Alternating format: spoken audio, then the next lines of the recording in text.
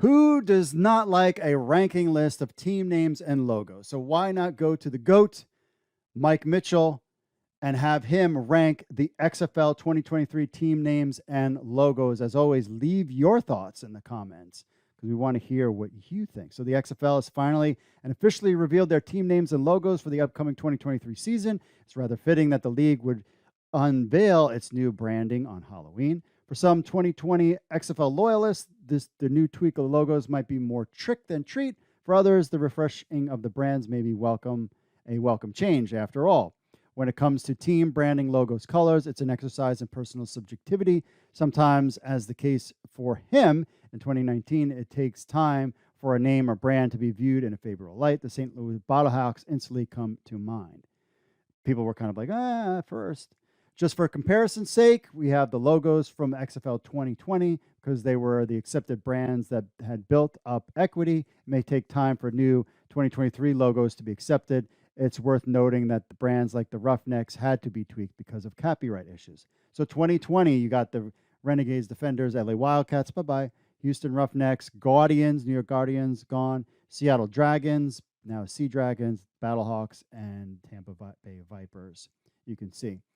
Now, he says he typically prefers not to have a knee-jerk reaction, and things tend not to age well. If you don't take your time to look at something from all angles and let it process. That way of thinking and trepidation has made Mike Mitchell a mediocre at best social media follow. But you are not here reading to learn about his personal preferences or shortcomings, so even without seeing helmets and uniforms, which will be an accurate measure of the team's brand, present his premature rankings and flawed opinions on team logos and rank them from last to first. Feel free, of course, to disagree, and we'll have fun with all that. Now, on a side note, the secondary logos for the XFL brands were released this morning, independent of the league. Since then, the secondary logos have been pulled from various articles, mainly on ESPN, but he's kind of going rogue and kind of showing you some of these logos that you might not have seen anywhere else. So let's get started with the ranking. He's got at number 8, the Seattle Sea Dragons. One thing I want to notice, I think what a lot of the XFL was doing with some of their logos was actually trying to get the letter into the name. And that's why the Dragons went from the Dragons to the Sea Dragons, because you can see now the S in Seattle and kind of how the Sea Dragon works. So he says Seattle brings back their positive one. You can read his negatives. He gives basically a positive and negatives. Seattle being back period is a positive for the XFL. Same stadium, same city, same great colors, same name, kind of personal preference until it ends up on the cutting room floor. I dig the alternate logo, the trident with the letters S and D hidden inside. Can you see that? I can see it now. When he says it, I could kind of see the S. Oh, and the D. Yeah, I could kind of see it. That's cool. I like that. Negatives, he said, why? There wasn't a need to change anything to this brand. People will still refer to the team as the Dragons for shorthand. The C part will get lost at sea. That's a good point. But we will have to see Dragons if that is the case. So he's got it at number 8. That was not definitely on the bottom of my list. Let's continue. He said, and if you were going to tweak something, why use this particular dragon, which seems like a sea worm or seahorse? The XFL 2023 Seattle Sea Dragon needs to work on its training regimen, and he goes on to talk about sea serpents. Number 7, he's got the Vegas Vipers. I like this one. I would have this up there. Positive, the alteration of the Las Vegas Vipers worked. Colors are great. A lot of exciting brand possibilities with red-based Vipers, although many would characterize this as a leap. Vipers are commonplace in Nevada. The uniforms and helmet designs have a chance to be excellent. Negatives, I would have preferred an original idea for the Las Vegas market. The overall concept seems a bit lazy to him. It's the same issue with Orlando, more on that in a minute, but if you're going to play the recycle game, if any brand from 2000 XFL iteration would have deserved its return, it was the Outlaws. Perhaps tweaks to the Viper logo will win them over. There's potential there. Number 6, he's got the Orlando Guardians. That's the one that I would have. I'm with him. That would have been my number 8, is the Orlando Guardians. This is my least.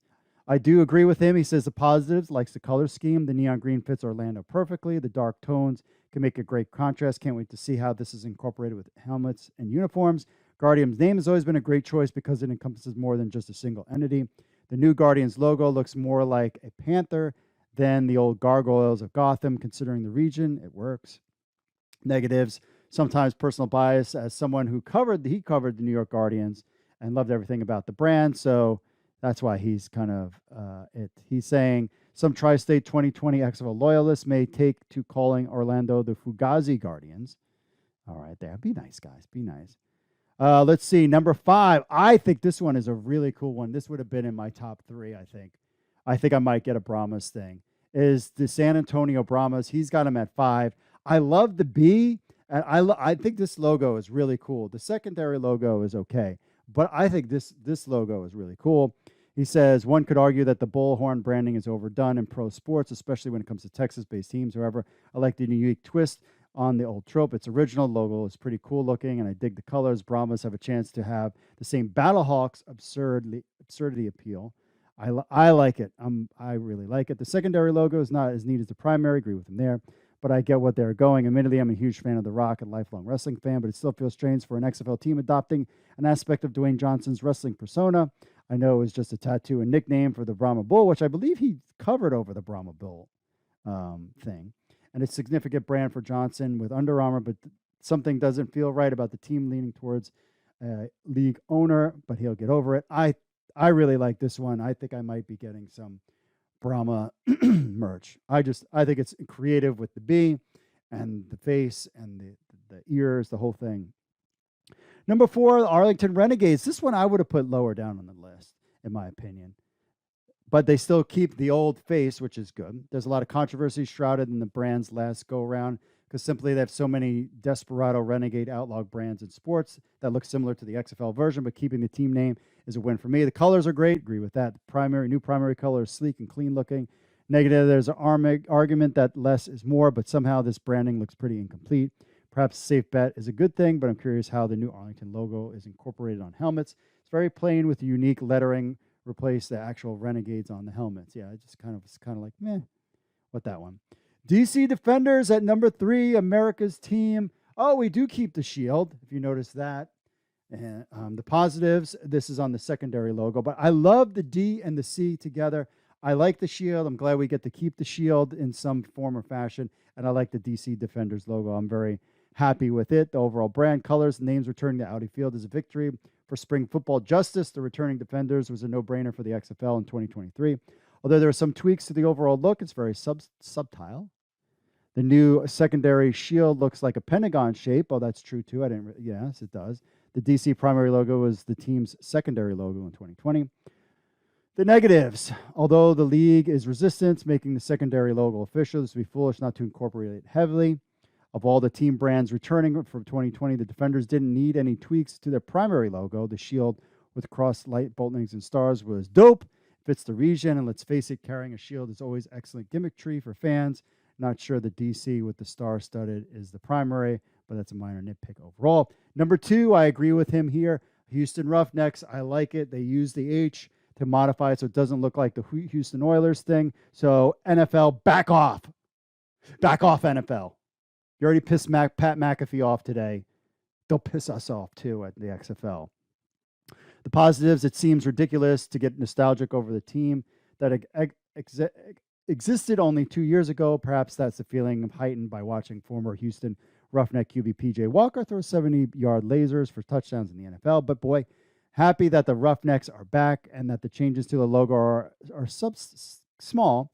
I always like the tip of the hard hat the Oilers in 2020. Honestly, because of the issues with the NFL properties and Tennessee Titans / Houston Oilers ownerships, thought for sure the Roughnecks primary logo will be abolished forever. Not only is the H shaped like an oil rig remained with a sleek tweak, but the secondary logo had to be changed because of the New England Patriots. Remember them being all pissed off, thought it was hard hat logo was too close to the Flying Elvises. Is excellent addition. So with the H and the bracket gear thing. Negatives have to deep into this one. I'm unsure how the league will handle the silver color and the scheme. Silver gray was part of the overall look in 2020. There's some uncertainty there in terms of whether the main focus will be red and blue this time. And the number 1, as always, which has always been the best, the St. Louis Battlehawks. Yes, St. Louis, freak out. Now, the STL secondary logo is kind of meh. So the positives, of course, you get the bonus, but the XFL 3.0 would be dead in the water if they didn't bring back the Battlehawks. Name, sword, and wings had returned. The league's best and most beloved brand. There was never a doubt, though, for some crazy reason, there was plenty of hysteria from the St. Louis crowd about a new name gracing the team, the Scooters. Some even dramatically assumed and speculated that the new XFL would abandon St. Louis altogether.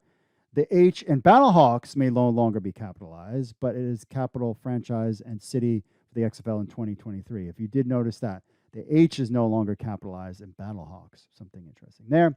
Secondary logo leaves a lot to be desired. I agree. Perhaps that can end up on the cutting room floor. It may not be very perceptive, but I don't see how the lettering style captures the market or brand. Is there an arch in there I'm seeing? Hoping XFL sticks with the same helmet design. But again, these were things that were put out there, then were pulled, so we don't not really sure about the secondary logo. And his final thoughts from Mike Mitchell. He says, we knew the names for a while because the league leaked them on their website. Actually, was on their shop site. And it wasn't groundbreaking scoop or news report. And for several months, the cities were reported by Mike Mitchell himself. We all knew the 2020 brands would return, and there would be new cities since the end of 2021. Anytime you introduce logos, names, and brands, they are bound to be criticized, especially at first blush. It's incredibly challenging to handle established brands from the same league, and it's almost a no-win situation. Time can be your friend and your enemy in this situation. As time passes, I think more will be comfortable with the level established with the XFL in 2023. Overall, he says he thinks the 2023 names and logos are acceptable. Much more look on keen interest to see the team uniforms, because without them, team's overall look kind of feels incomplete, and style is important. But at the end of the day, the type of football league the new XFL produces will provide the most relative substance of all. So what do you think? We'll go back one more time to Mike Mitchell's top ranking of the XFL logos. At number 8, the Seattle Sea Dragons. Number 7, the Las Vegas Vipers. The Orlando Guardians at number 6. The San Antonio Brahmas at number 5. Arlington Renegades at number 4. DC Defenders at number 3. Houston Roughnecks at number 2. And St. Louis Battlehawks at number 1. Give us your take. Rank those logos in the comments. Let us know what you think about the Renegades, Defenders, Roughnecks, Guardians, Brahmas, Sea Dragons, Battlehawks, and Vipers. There are your logos. Next up, we're going to have to wait for the helmets and the uniforms, and that should be coming soon. I would be surprised if we see some of this stuff before the XFL draft.